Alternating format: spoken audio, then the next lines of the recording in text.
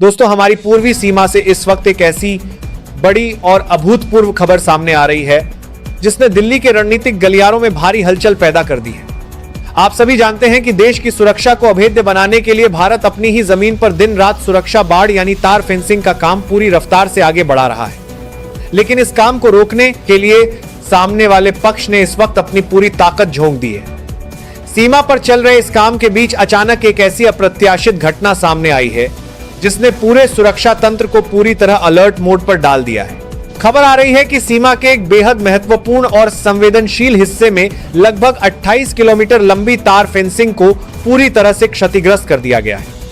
वहां की कुछ स्थानीय ताकतों और उपद्रवियों ने मिलकर भारत की इस सुरक्षा दीवार को भारी नुकसान पहुंचाने का दुस्साहस किया है। उनका मानना था कि वे इस हरकत को अंजाम देकर आसानी से बच निकलेंगे और भारत को बैकफुट पर धकेल देंगे, लेकिन वे हमारी सीमा सुरक्षा बल यानी बीएसएफ के जांबाज जवानों की मुस्तैदी को आंकने में पूरी तरह भूल कर गए। जैसे ही इस नुकसान की भनक हमारे अलर्ट कमांडरों को लगी, वैसे ही बिना एक पल गंवाए ऑन द स्पॉट एक ऐसा कड़ा और फौलादी जवाब दिया गया जिसने बॉर्डर गार्ड्स बांग्लादेश यानी बीजीबी के आला अफसरों को पूरी तरह से हिलाकर रख दिया है। आखिर इतनी लंबी फेंसिंग को नुकसान पहुंचाने के पीछे कौन सी बड़ी कूटनीतिक चाल छिपी हुई है? क्या यह सिर्फ कुछ उपद्रवियों की हरकत है या इसके पीछे सरहद पार के ऊंचे हुक्मरानों का कोई बड़ा रणनीतिक नेटवर्क काम कर रहा है? और भारत के इस कड़े पलटवार के बाद अब ढाका से लेकर दिल्ली तक कौन सी गुप्त बैठकें चल रही हैं? इस पूरे संवेदनशील घटनाक्रम की एक एक परत को आगे हम बेहद सरल और आसान शब्दों में गहराई से समझेंगे। अब इस पूरे विवाद की क्रोनोलॉजी और इसके पीछे छिपी उस कड़वी जमीनी हकीकत को गहराई से समझिए। यह घटना कोई अचानक हुआ हादसा नहीं थी, बल्कि इसके पीछे एक बेहद सोची समझी रणनीतिक साजिश दिखाई देती है। ग्राउंड जीरो से जो पुख्ता खबरें आ रही हैं, उनके मुताबिक जब सीमांत इलाकों में मौसम बहुत ज्यादा खराब था, तेज आंधी, तूफान और मूसलाधार बारिश हो रही थी, ठीक उसी वक्त विजिबिलिटी का फायदा उठाने की कोशिश की गई। आमतौर पर ऐसी विषम परिस्थितियों में सरहद पर सामान्य गश्त करना बेहद चुनौतीपूर्ण हो जाता है।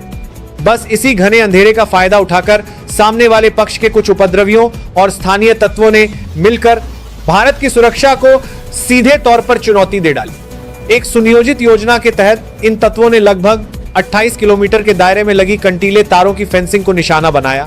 इन लोगों ने न सिर्फ सुरक्षा बाड़ को काटा, बल्कि कई जगहों पर पूरी फेंसिंग को क्षतिग्रस्त कर दिया ताकि भारतीय मुख्य भूमि की तरफ आने जाने के लिए एक अनधिकृत रास्ता तैयार किया जा सके। इस हरकत से भारत की सरकारी संपत्ति को भारी नुकसान पहुंचाया गया, लेकिन दुश्मनों का यह दांव पूरी तरह से उल्टा पड़ गया। वे भूल गए थे कि सरहद पर तैनात हमारे जांबाज कभी सोते नहीं। जैसे ही फेंसिंग के आधुनिक सुरक्षा सेंसर टूटे और हमारे अलर्ट कमांडरों को इस भारी नुकसान की भनक लगी, वैसे ही सरहद पर तैनात सीमा सुरक्षा बल बीएसएफ की टुकड़ियों ने वो कर दिखाया जिसकी उम्मीद बॉर्डर गार्ड्स बांग्लादेश बीजीबी को बिल्कुल नहीं थी। हमारे जवानों ने बिना एक सेकंड का वक्त गंवाए, खराब मौसम की परवाह किए बिना अलग अलग संवेदनशील पॉइंट्स पर एक साथ तगड़ी घेराबंदी कर दी। इस बेहद आक्रामक ऑन द स्पॉट एक्शन का नतीजा यह हुआ कि घुसपैठ और तोड़फोड़ की कोशिश करने वाले दर्जनों उपद्रवियों को मौके पर ही चारों तरफ से दबोच लिया गया।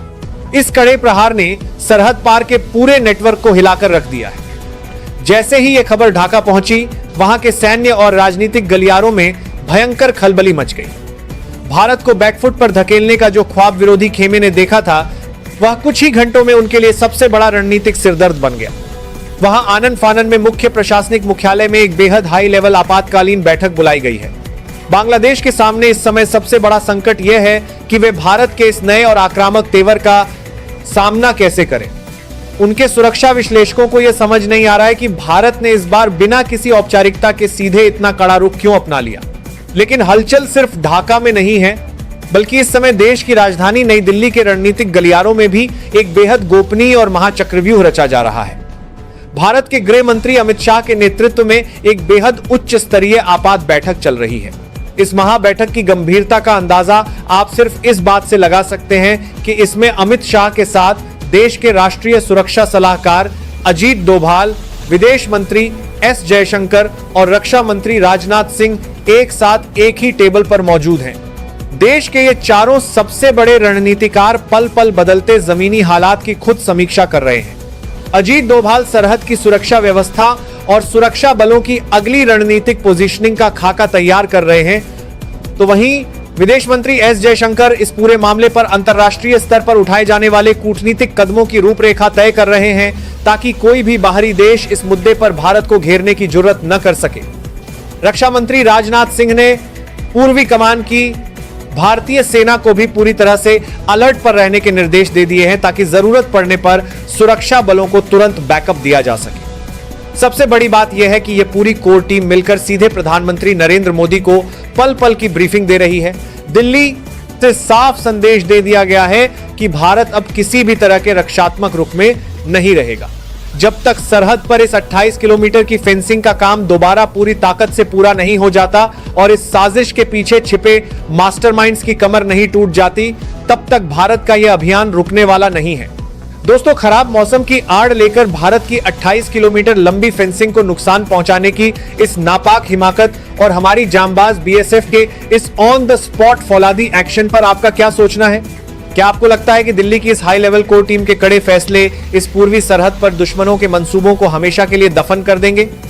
अपनी राय नीचे कमेंट बॉक्स में पूरे जोश और देशभक्ति के साथ तुरंत साझा करें। आपके एक एक कमेंट का हमें इंतजार रहता है।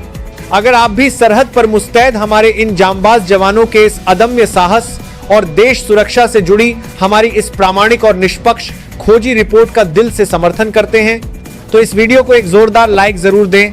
आपका एक लाइक हमारे वीरों के सम्मान को और बढ़ाता है। देश की संप्रभुता, कूटनीति और हर बड़े अंतर्राष्ट्रीय षड्यंत्र का सबसे सटीक सच सबसे पहले देखने के लिए हमारे चैनल न्यूज भारत को अभी सब्सक्राइब करें और नीचे दिए गए बेल आइकन को दबाना बिल्कुल मत भूलना, ताकि देश से जुड़ी कोई भी बड़ी खबर आपसे छूटने ना पाए।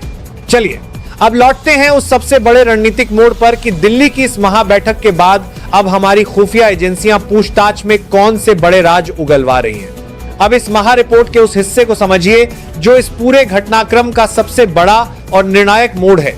जब खुफिया एजेंसियों ने इस पूरे मामले की कड़ाई से जांच शुरू की, तो ऐसे चौंकाने वाले तथ्य सामने आए जिसने इस पूरे विवाद के पीछे की गहरी रणनीतिक साजिश की परतों को खोल कर रख दिया है। यह कोई साधारण घुसपैठ या स्थानीय विवाद का मामला नहीं था, बल्कि देश की सुरक्षा को सीधे चुनौती देने वाले एक सुनियोजित नेटवर्क का हिस्सा था। ग्राउंड जीरो से जो पुख्ता सामरिक इनपुट्स आ रहे हैं, उनके मुताबिक इस 28 किलोमीटर लंबी फेंसिंग को निशाना बनाने का असली मकसद भारतीय सीमा के भीतर बड़े पैमाने पर अस्थिरता पैदा करना और अवैध गतिविधियों के लिए एक हमेशा खुला रहने वाला रास्ता तैयार करना था। साजिशकर्ताओं का प्लान था कि खराब मौसम की आड़ में सुरक्षा दीवार को इतना नुकसान पहुंचा दिया जाए कि उसे दोबारा पूरी तरह ठीक करने में महीनों का वक्त लग जाए और इस बीच वे अपने मंसूबों को अंजाम दे सके। लेकिन सीमा सुरक्षा बल बीएसएफ के ऑन द स्पॉट रणनीतिक और फौलादी एक्शन ने इस पूरे प्लान को पूरी तरह से फेल कर दिया है।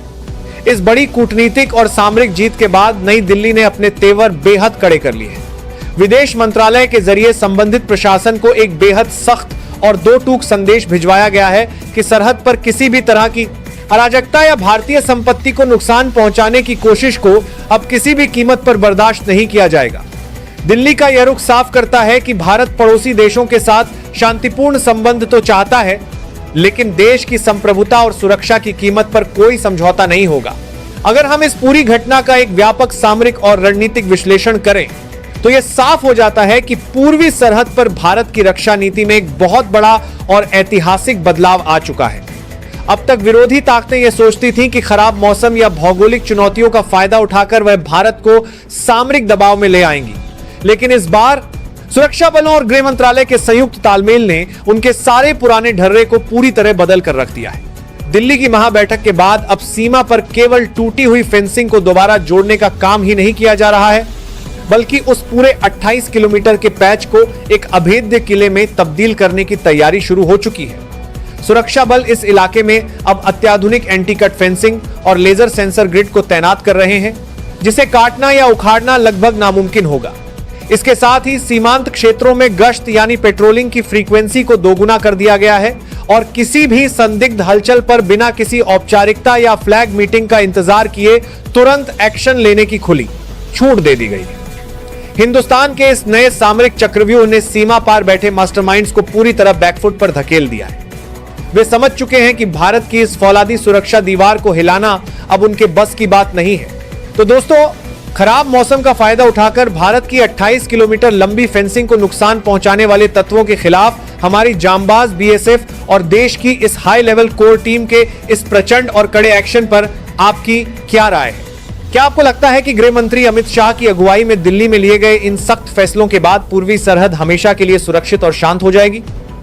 अपनी राय नीचे कमेंट बॉक्स में पूरे जोश और देशभक्ति के साथ जरूर साझा करें।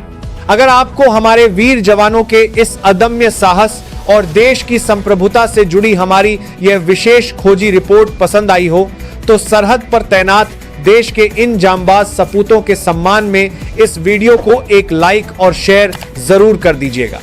देश की सुरक्षा, कूटनीति और हर बड़े अंतरराष्ट्रीय षड्यंत्र का सबसे सटीक, बेबाक और पूरी तरह से प्रामाणिक विश्लेषण सबसे पहले देखने के लिए हमारे चैनल को अभी सब्सक्राइब करके नीचे दिए गए बेल आइकन को दबाना बिल्कुल मत भूलिएगा।